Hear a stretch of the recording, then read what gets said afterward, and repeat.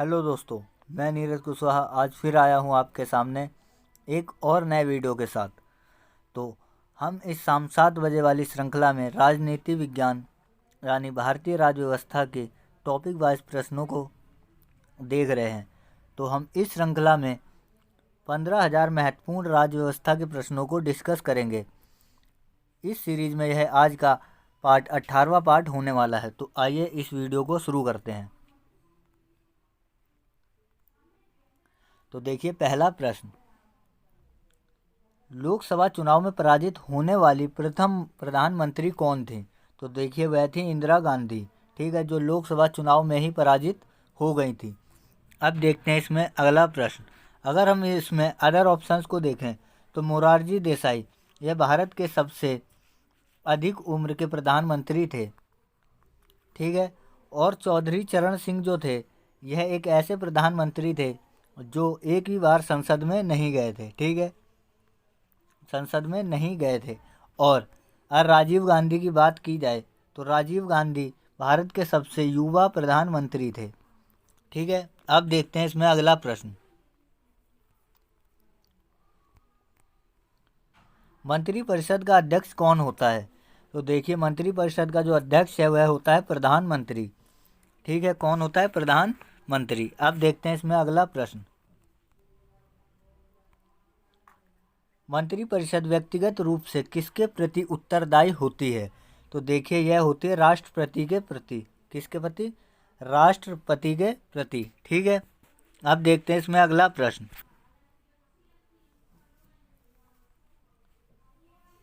कौन मंत्री केंद्र सरकार का ऐसा मंत्री होता है जो मंत्रिपरिषद का सदस्य नहीं होता?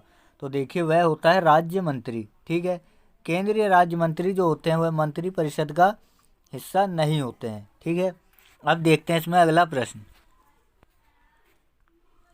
मंत्रिपरिषद के खिलाफ पहला अविश्वास प्रस्ताव कब लाया गया था? तो देखिए यह 1963 में लाया गया था। कब? 1963 में। ठीक है, संघीय मंत्रिपरिषद में सदस्यों की अधिकतम संख्या कितनी हो सकती है? तो देखिए यह कुल सदस्यों का 15% हो सकती है। ठीक है, कितना? कुल लोकसभा के सदस्यों का 15% हो सकती है। ठीक है, अब देखते हैं इसमें अगला प्रश्न।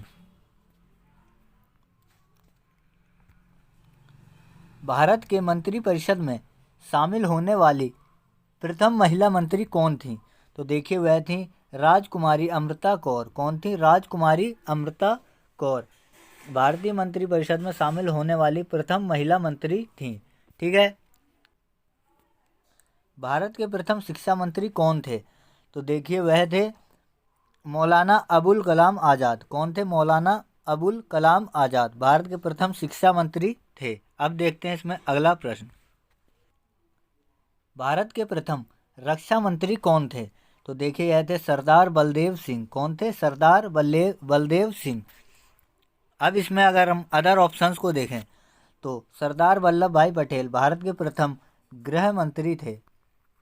ठीक है, और B.R. अम्बेडकर जो थे यह भारत के प्रथम कानून मंत्री थे। ठीक है, अब देखते हैं इसमें अगला प्रश्न। भारत के प्रथम वित्त मंत्री कौन थे? तो देखिए यह थे डॉक्टर जॉन मथाई। कौन थे? डॉक्टर जॉन मथाई भारत के प्रथम वित्त मंत्री। ठीक है, अब देखते हैं अगला प्रश्न। लोकसभा अध्यक्ष अपना त्यागपत्र किसको देता है? तो देखिए लोकसभा अध्यक्ष जो है अपना त्यागपत्र जो देता है लोकसभा के उपाध्यक्ष को देता है। किसे? लोकसभा उपाध्यक्ष को। ठीक है, अब देखते हैं इसमें अगला प्रश्न। लोकसभा के अध्यक्ष की अनुपस्थिति में लोकसभा का कार्यकाल कौन संभालता है? तो देखिए वह संभालता है लोकसभा का उपाध्यक्ष। कौन? लोकसभा का उपाध्यक्ष। ठीक है, लेकिन अगर लोकसभा का उपाध्यक्ष और अध्यक्ष दोनों ही अनुपस्थित हों तो लोकसभा का सबसे वरिष्ठ नागरिक इसका कार्यभार संभाल लेता है। ठीक है, अब देखते हैं इसमें अगला प्रश्न। लोकसभा के सचिवालय को सीधे कौन नियंत्रित करता है?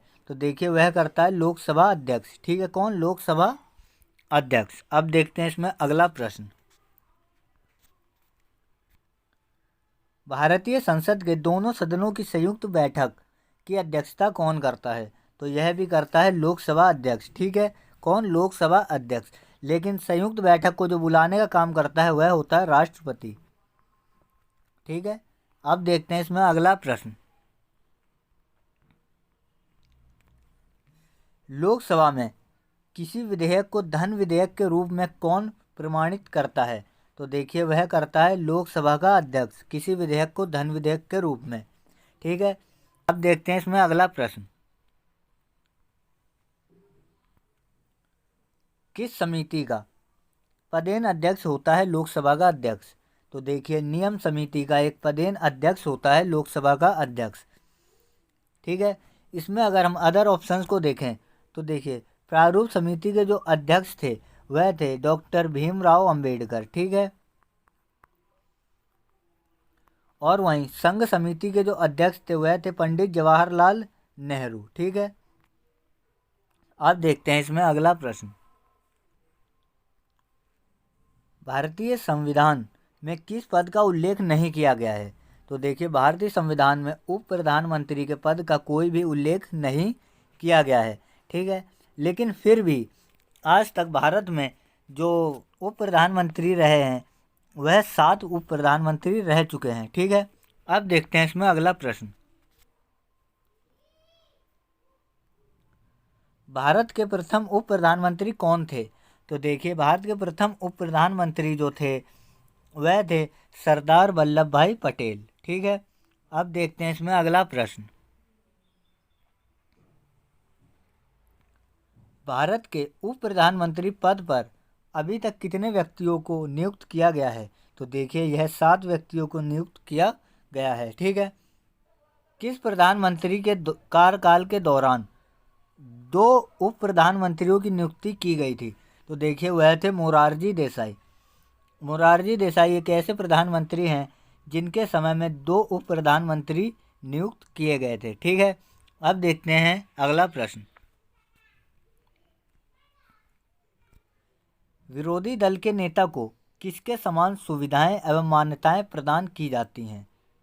तो देखिए, इसे की जाती हैं कैबिनेट मंत्री के समान। ठीक है, अब देखते हैं इसमें अगला प्रश्न।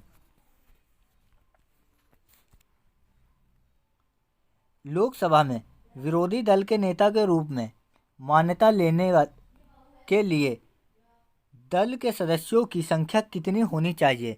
तो देखिए, यह संख्या कम से कम कुल सदस्यों का 10% होनी चाहिए। ठीक है, अब देखते हैं इसमें अगला प्रश्न। लोकसभा में विरोधी दल का प्रथम नेता कौन था? तो देखिए, वह थे राम सुभाग सिंह। कौन? राम सुभाग सिंह पहले विरोधी दल के नेता थे। ठीक है, अब देखते हैं इसमें अगला प्रश्न। लोकसभा अध्यक्ष किस रूप में शपथ लेता है? तो देखिए, लोकसभा अध्यक्ष एक आम सदस्य के रूप में ही सदस्यता लेता है या शपथ लेता है, क्योंकि लोकसभा अध्यक्ष की कोई भी अलग से शपथ नहीं है। ठीक है, अब देखते हैं इसमें अगला प्रश्न। लोकसभा अध्यक्ष को पद की शपथ कौन दिलाता है? तो देखिए, जैसा कि हमने पहले देखा कि लोकसभा अध्यक्ष के कोई पद की शपथ नहीं होती है, तो मतलब इसे कोई भी शपथ नहीं दिलाता, क्योंकि इसकी कोई शपथ ही नहीं होती है, बल्कि लोकसभा का जो अध्यक्ष है एक आम सांसद के रूप में ही शपथ लेता है। ठीक है, अब देखते हैं इसमें अगला प्रश्न। लोकसभा अध्यक्ष अपना पद कब खाली करता है? तो देखिए, वह अगली लोकसभा के गठन के बाद ही अपना पद को खाली करता है। ठीक है, अब देखते हैं इसमें अगला प्रश्न। तो देखिए दोस्तों, आज का हमारा यह वीडियो यहीं समाप्त होता है।